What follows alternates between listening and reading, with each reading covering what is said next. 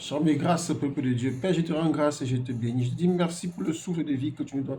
Viens prendre le contrôle de cet instant au nom de Jésus. Amen. Bien-aimé, seul le Père sait le jour et l'heure. Oui, les gens ont toujours tendance à nous dire, vous les chrétiens, depuis que votre Jésus a dit qu'il arrivait, il ne vient pas.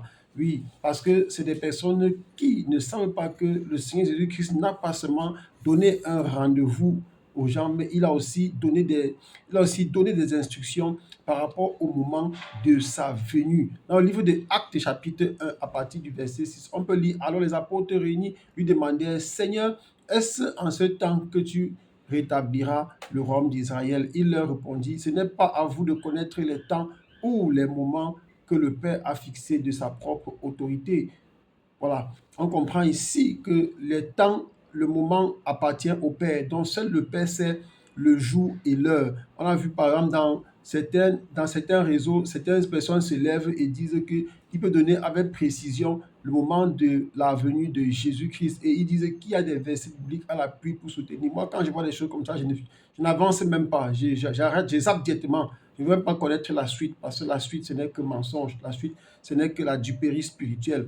Et il est important que vous sachiez aussi que si les gens savaient le jour et l'heure de la venue du Seigneur Jésus-Christ, l'avenir, le monde d'aujourd'hui serait pire que ce que nous vivons actuellement. Pourquoi est-ce qu'elle serait pire? Parce que les gens vivraient toutes sortes de mal, sachant qu'à la dernière minute, ils pourront se repentir. Or, quand le Seigneur lui seul connaît le jour de la venue et l'heure, ça permet à nous, en tant qu'enfants de Dieu, à toute personne de venir à Jésus de son propre chemin. Parce que Jésus a ouvert le chemin. Jésus a montré la voie. Jésus a dit qu'il était la vérité et la vie. Et en dehors de lui, personne d'autre ne s'est levé pour dire c'est moi. C'est vrai, le monde va essayer d'établir des personnes qui vont essayer de dominer sur des familles, dominer sur des quartiers, sur des territoires, dominer sur des organisations. Mais malheureusement, aucun d'eux ne pourra conduire des âmes au ciel. Donc nous devons tout faire, bien aimé, pour ne pas croire aux hommes, pour ne pas nous attacher aux hommes comme le Seigneur a dit, mais nous accrocher à Jésus-Christ seul. Dans Matthieu chapitre 25,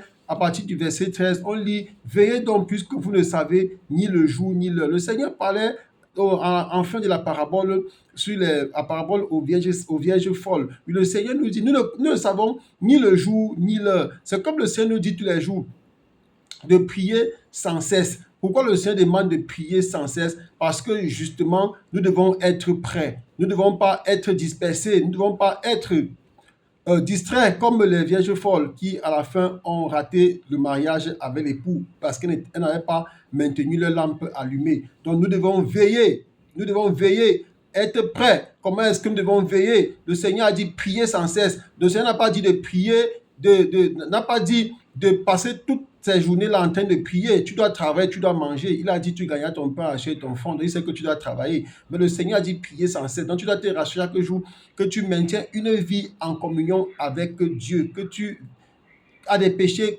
tu n'as pas des péchés qui sont susceptibles de te maintenir en arrière. Oui, que tu n'es pas condamné. Dans Marc chapitre 13, à partir du verset 31, on peut lire, le ciel et la terre passeront, mais mes paroles ne passeront point. Pour ce qui est du jour et de l'heure, personne ne le sait, ni les anges dans le ciel, ni le Fils, mais le Père seul. Quelqu'un va me demander pourquoi il dit ni le Fils ne le sait. Justement parce que il parle étant dans sa dimension chair sur la terre. On a vu que Jésus priait, Jésus mangeait comme nous, Jésus faisait les mêmes choses que nous faisons. Pourquoi est-ce qu'il le ferait qu'il était Dieu? On cotisait même l'argent pour l'œuvre de Dieu. On donnait l'argent.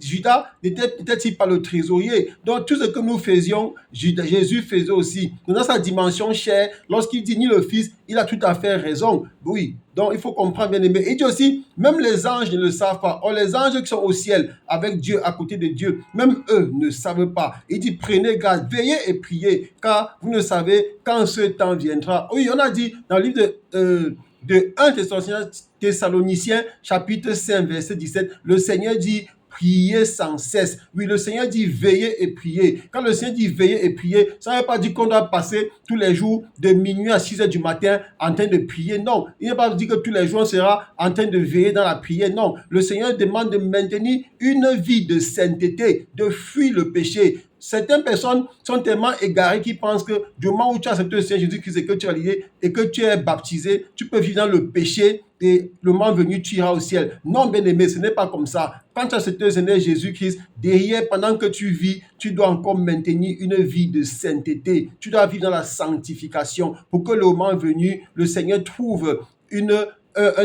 trouve aussi des agneaux sans tache comme lui, des agneaux propres, des agneaux disposés. Mais si vous êtes distrait, vous venez dans le péché, comme les vierges sales, vous serez surpris le moment venu et vous irez dans le feu éternel. Là, il y aura les pleurs et les grincements des dents. Je prie pour toi, bien-aimé, de ne pas t'égarer avec les jours, les dates, les heures que les gens donnent dans les réseaux sociaux, mais que tu t'accroches à ce que Dieu a écrit dans sa parole. Merci, Père. Soyez bénis. Amen.